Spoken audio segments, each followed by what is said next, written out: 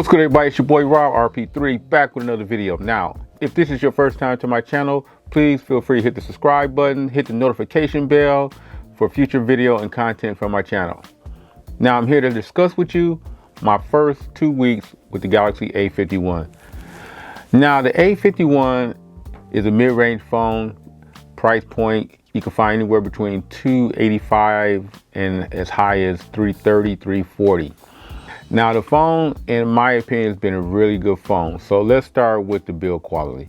Now, it is a plastic material, but it is what they call glastic, where it has a glass appearance to it.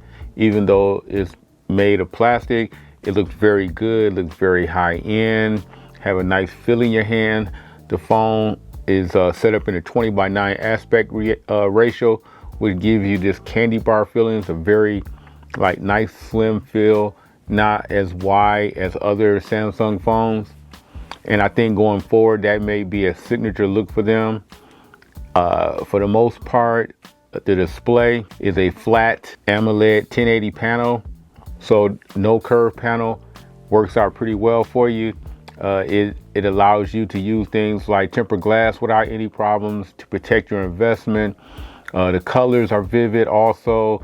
It has different display settings, so you can really make the colors pop if you want to, or you can kind of just calm them down a little bit and go from there.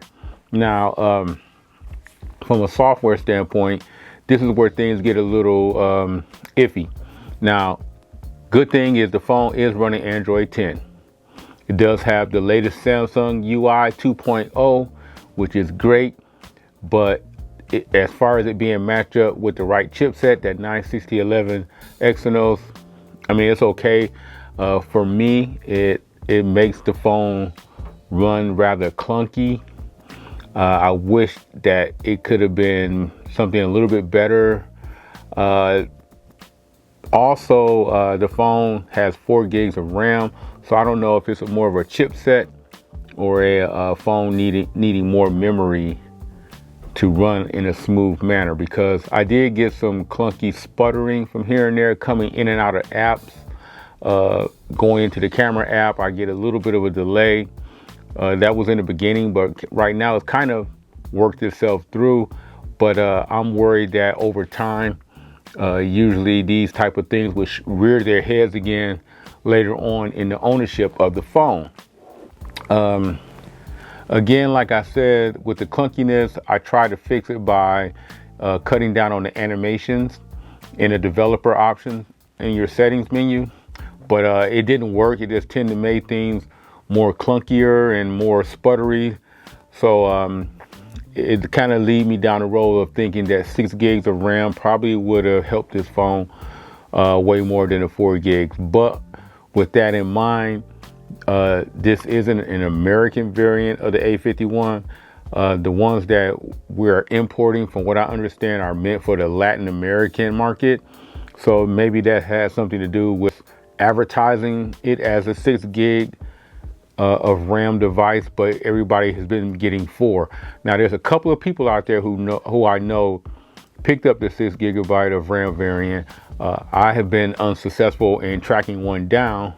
I'm on my second one, and that one had 4 gigs of RAM, even though B&H Photo advertised it as a 6 gigabyte of RAM variant. Now, it does have expandable storage. It also comes with a 128 gigabyte of internal storage, which is plenty enough for your average person. In general, though, it's, the expandable storage, I think, can go up to 1 terabyte. Also, the camera itself, the camera has hit and miss aspects to it. For example, I get the better color shooting when you shoot in a 4:3 aspect ratio. Now, when I shot in a 16:9 aspect ratio or a full display aspect ratio, I noticed the colors are a little washed out. So if you're willing to edit, you can make those 16:9 aspect ratio pictures and full display pictures a lot better. There is a photo editing app within the camera app that you can use, and that should suffice for most people. But if that doesn't work, you could try some free apps like Snapseed. For example, there's a free version of Lightroom.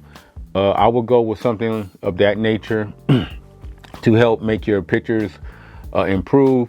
If you don't have time for that, then the best tip I can give you is shoot in a 4:3 aspect ratio. Also, shooting video 4K, there's no image stabilization in 4K, but you get the better image stabilization in 1080 format and 720.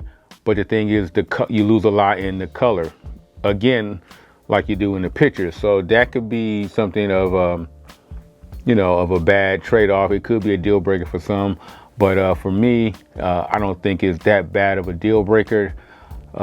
Knowing that where this phone is priced at and what this phone is capable of doing is not that bad. I mean, some people will hold this camera to a higher standard because Samsung made great cameras for their other phones, and how come what they're doing on the larger phone doesn't translate down to the lower phone, which is something Google's been able to do, is translate great pictures from their flagships all the way down to their A line of phones and keep that same quality. You may wonder why Samsung can't do it. That's an internal problem that can only be answered by Samsung. But like I said, there are ways to remedy the situation if you're willing to take the time to do it. Battery life, for the most part, in the beginning, battery life was kind of scary for me.